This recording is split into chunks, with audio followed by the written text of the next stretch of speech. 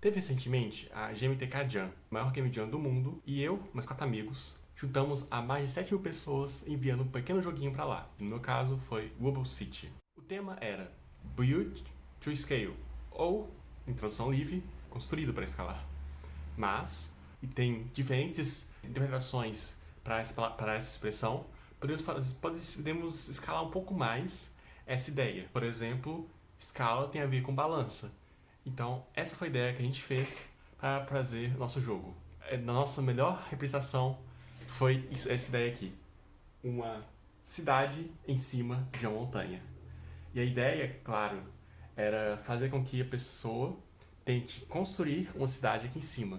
Então ela teria cartas de seleção, e selecionaria uma carta, clicando nela, e ia colocar uma casinha aqui, por exemplo, nessa montanha.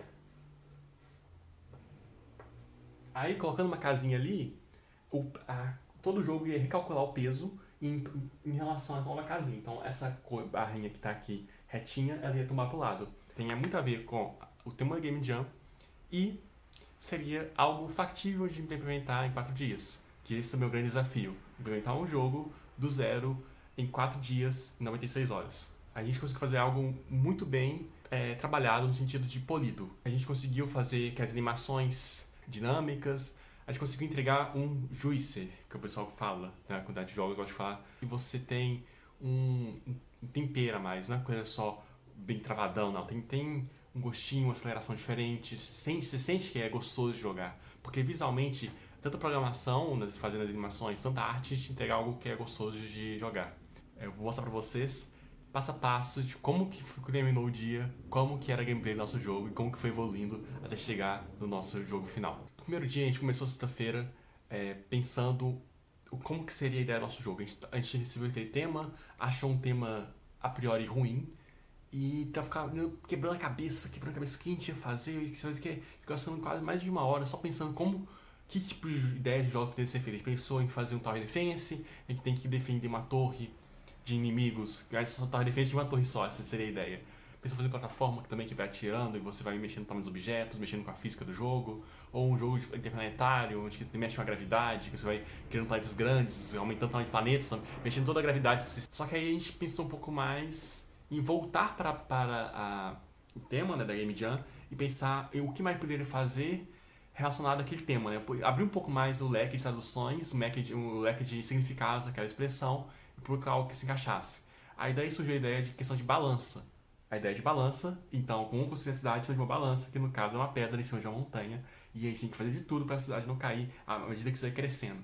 Então essa foi a ideia que a gente pensou, uau, que ideia incrível, vai ser muito divertido de fazer, de jogar e não ser tão difícil de fazer em 4 dias. Então foi por isso que a gente seguiu por esse caminho. E depois a gente foi pensando nos mecânicos. Tá, beleza, vai ser uma pedra na montanha, mas como que o jogador vai escolher, como que o jogador vai colocar, construir as casas? Como que a gente vai balancear esse sistema? Vamos dizer que o jogador recebe cartas e ele tem que selecionar uma carta para jogar. Quando você clica numa carta, ele seleciona o local e constrói aquela construção. Ah, beleza, isso vai ser mais fácil de implementar do que você fazer todo um sistema de construção, de interface, de usuário. Não, vou construir umas cartinhas, cada cartinha tem a descrição, tem o custo, tudo mais.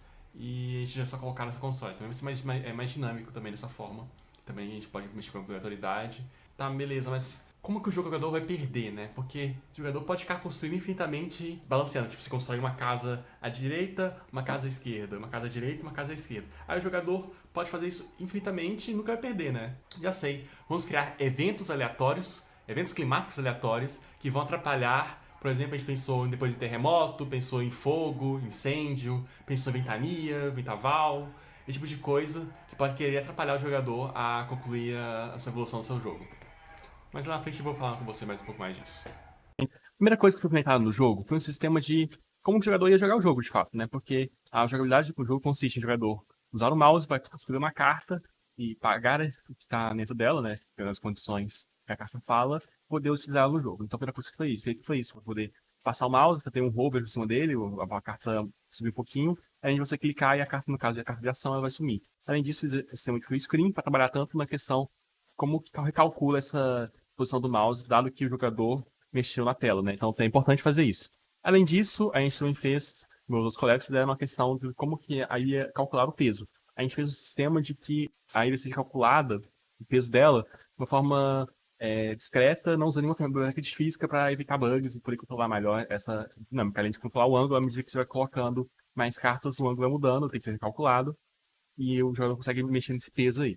E, além disso, já foi feito aquele sistema de quando você clicar na carta de ação, que são as cartas roxas aí no caso, meio que você consegue escolher aonde vai colocar a carta, né? Você aparece onde que é possível colocar, vai aparecer no lugar verde aí. Porque não necessariamente qualquer lugar que você pode clicar é possível de construir, no caso de um limite de altura. E já no próximo dia, a gente quase está nesse ponto, né? A gente propôs eventos para deixar o jogo mais dinâmico, conseguiu mostrar essa passagem das cartas da mão de um jogador para o outro, então ficou bem mais interessante, assim.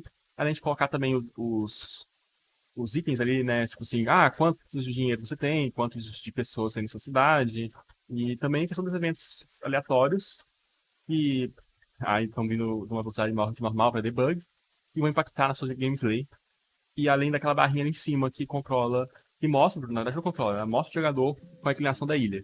Mas isso falta uma parte mais importante, que a gente ficou trabalhando o último dia inteiramente nisso. Que foi a parte de balanceamento do nosso jogo. Porque tem várias mecânicas, as mecânicas têm que funcionar em si. Mas enfim, esse é o nosso jogo, né? Essa é a tela inicial do nosso jogo. A gente fez já colocando a historinha, que foi só uma parte cômica para mostrar pro jogador o contexto do que ele tá fazendo tudo aquilo. E já parte pra gameplay, deixa as cartas bem mais dinâmicas, né, pra poder aparecer na tela.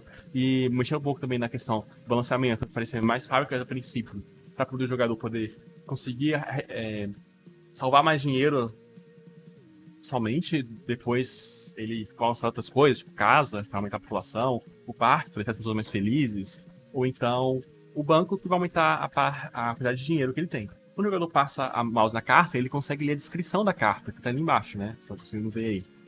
E além disso, o jogador consegue também consegue escolher melhor, ver onde você vai colocar a carta, ver onde infere o peso, assim, né? Tem a questão do peso ali na carta agora também, deixando mais fácil pro jogador.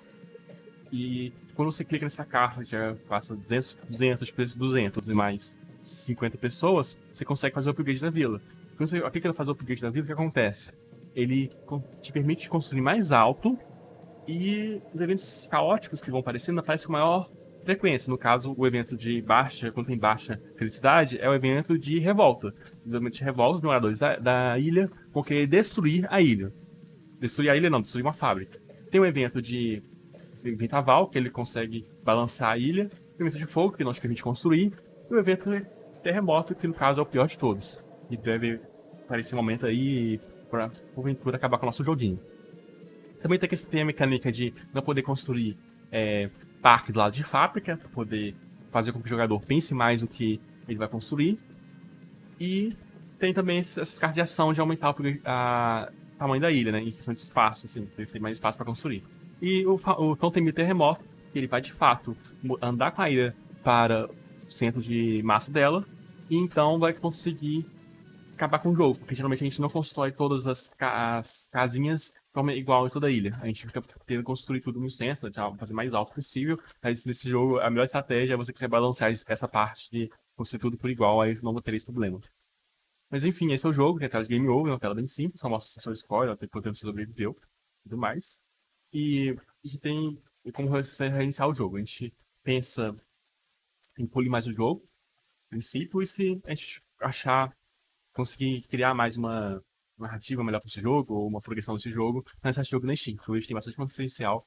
Foi um jogo bem bonitinho de se produzir e bem divertido. Tenta jogar aí, deem as suas opiniões nos comentários, porque eu fiquei muito satisfeito e contente com esse resultado.